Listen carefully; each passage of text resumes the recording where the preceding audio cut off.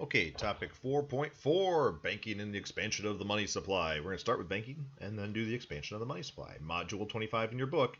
And this section is probably the most important section for topic 4.4. You see this a lot on FRQs. I don't know what the exam is going to look like in 2020, but you see reserve amounts and money supply questions like this on your AP exams a lot. So make sure you really get this information. I'm going to try to break it down as much as I can. It'll probably be a few videos. I don't know how many off the top of my head. All right. So what are banks? Technically, banks are financial intermediaries. Middlemen. It's just a fancy way of saying money middlemen. That's all intermediary means. They're just money middlemen. So they help make money more liquid, or they help make things more liquid. Sorry, they help move money from illiquid things, things of value, but are not transactionable, and then they make them more liquid. They turn them into cash. So they provide liquidity also in the form of loans. So they basically are liquidity factories. So banks take assets that you may have or hold assets, and then they help, they secure that money. True, that's true, and that's like the lowest level thing of what they do. But what they then generally do is provide liquidity in the form of cash. All right, so and also loans so you can buy houses and businesses. How do they do this? All right, you probably already have a general idea of how they do this. You probably learned a little bit about this in the 10th grade. We're just, especially with Great Depression and stuff. But we're going to get into it a little bit more. We're going to dive a little deeper. So how do they do this? Well, they use your money that you willingly gave them. You should have the understanding that this is what they're going to do. So they use your money that you willingly gave them so that they can make even more money for themselves. Yeah, remember, banks don't exist because they love you and they care about you. They make money. They're a business. They're a business just like McDonald's. They just work a little differently. How do they do this? And the most important words we need to hear right now.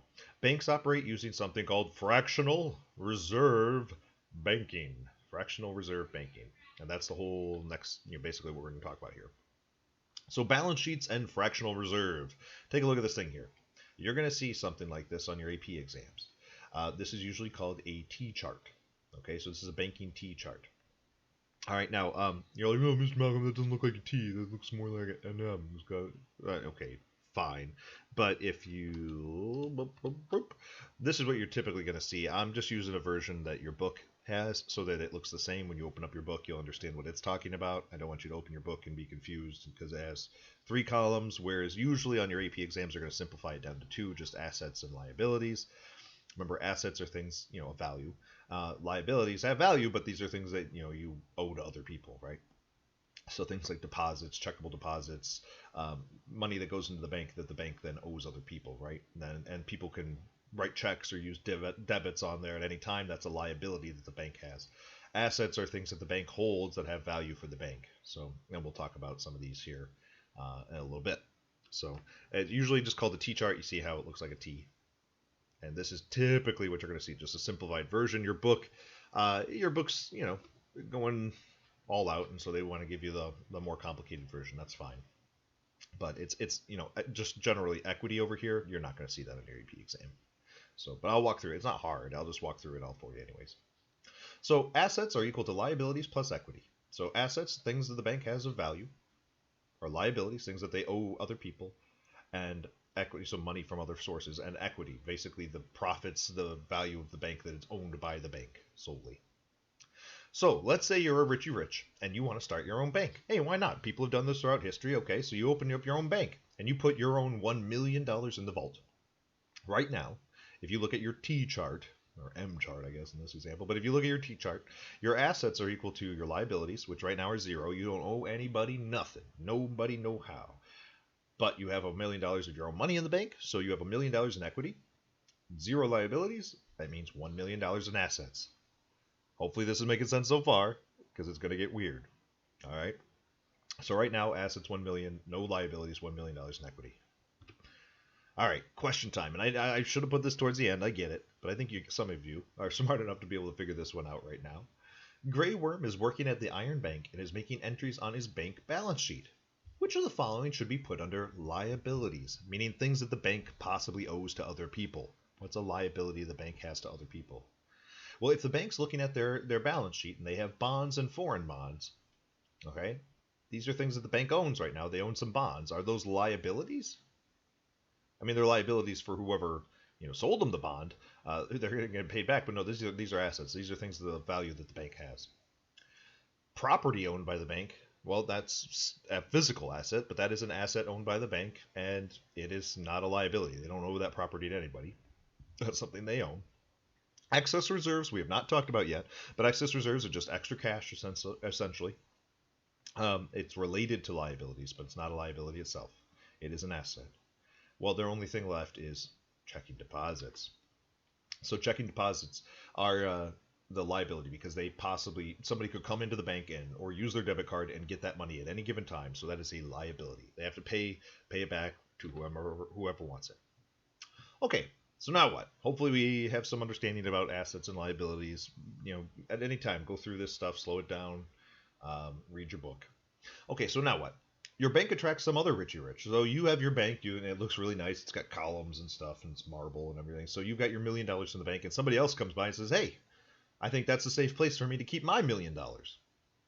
So you have your bank with $1 million in it, and then somebody else comes in and dumps $1 million into your bank. Your bank now has $2 million worth of assets. Your original million didn't go away. All right, that's still your equity, and that's what you own outright. Nobody has any claim on your $1 million. That's yours. However, somebody else has now put $1 million into your bank. The understanding being that you will hold it for them safely, but that you are also able to use that money as an asset. All right, that is your money now in a weird way. I mean, yes, you are liable for it. Somebody else can come and ask for it back, but they put it in there with the understanding that they're keeping it there in the savings, essentially. That they're saving their money and keeping it safe. And now you have access to not only your own $1 million, but now their $1 million as well too. Banks use other people's money to make money for themselves. Right? That's the important concept here. So now you have $2 million in assets. $1 million of it is liability that a person take out at any time. But here's the question. Will they? I mean, would somebody put $1 million in the bank knowing that the next day they're going to take it out? That's ridiculous. And the bank won't want you to do that. And many times they won't let you do that. Special types of savings accounts you can't access like that. A lot of retirement savings accounts and stuff are designed that way, that it's hard to get money out of because they're used for investment purposes. They don't want you taking the money out. So think about it. Like, they put that $1 million in there. They did it for a reason. They were like, well, $1 million is way more than I can spend in a day, so I'm going to put it over there to keep it safe. Cool. So I've got $2 million now, and they're probably not going to come and take it. So let's start spending their money. All right. So originally said we had $1 million, no liabilities, $1 million in equity, right? So assets, liabilities plus equity. Then that guy came in and dumped $1 million in there, so it doubled my assets. I had $2 million now, $1 million in liabilities, $1 million in equity. But what if I then looked at it and said, okay, I got my equity. Who cares about that column, really? Just cut it out. I've got that equity. I could use my equity. I could use that money to invest and loan out to people. Well, that's stupid. I've got other people's money to spend. So I'm going to take that $1 million and I'm going to split it into 2 different chunks. All right? I still have that equity. I could use it. I'm not going to. That's my money. I'm going to spend other people's money. So I'm going to split that money into 2 different chunks. All right, I'm going to split it into $900,000 of excess reserves, and 10% of it is $100,000 in required reserves. Required reserves and excess reserves, or what sometimes you'll call loanable funds. It's still $1 million. $100,000 plus $900,000 is $1 million. So that still equals up that amount. I haven't changed anything. I'm just playing with numbers here, right? It's still $2 million. $1 million in equity plus this other, $100,000, $900,000, still $2 million. I'm just playing with how I look at the numbers. All right. Let's take a look at this. So notice that assets are still equal to liabilities and equity. Nothing has actually changed. 1 million plus 1 million is still the 2 million there. That hasn't changed. However, I now have $900,000 that I can loan out. Why don't I just loan out all of it? I mean, that's a good question. However, you could possibly loan all out of it. You would be usually violating the law. But if you the law, Johnny Law here, says that we have to usually, and this is a standard rate, you're usually going to see it on AP exams, at 10%, says that banks have to keep 10% of the money that is, their liabilities. They have to keep 10% of it as required reserves. So at any given time, this, that other millionaire could come in and borrow up to $100,000. No problem. I've got that money. It's my required reserves. Those are in the vault. Right? It's not money in circulation. It's just money sitting out in the bank vault. Nobody can touch that 10%. So all the money that's invested into me, I keep 10% of it. So if you're with that so far. So 10% of it's set away. But then that other 90%, that other $900,000, I can then use to let people get small business loans and to get mortgages and all sorts of stuff like that. So this is, and I'll charge interest on those things, of course. So that $900,000 will start building me profit, will start building up my equity, and make my bank profitable. This is how banks make money. They take your money, they split it up in required reserves and excess reserves, and then they use those excess reserves to make more money for themselves. They charge interest on that money, and they start building it up. And as long as this guy doesn't come in to ask for $1 million the next day, everything runs fine. Why do we keep 10%? Well, 10% is usually considered to be pretty safe. And most people keep their money in the bank as long-term savings, right? And if we have 10% and you know that 10% of the money is saved in the banks as required reserves, then it's less likely to have bank runs.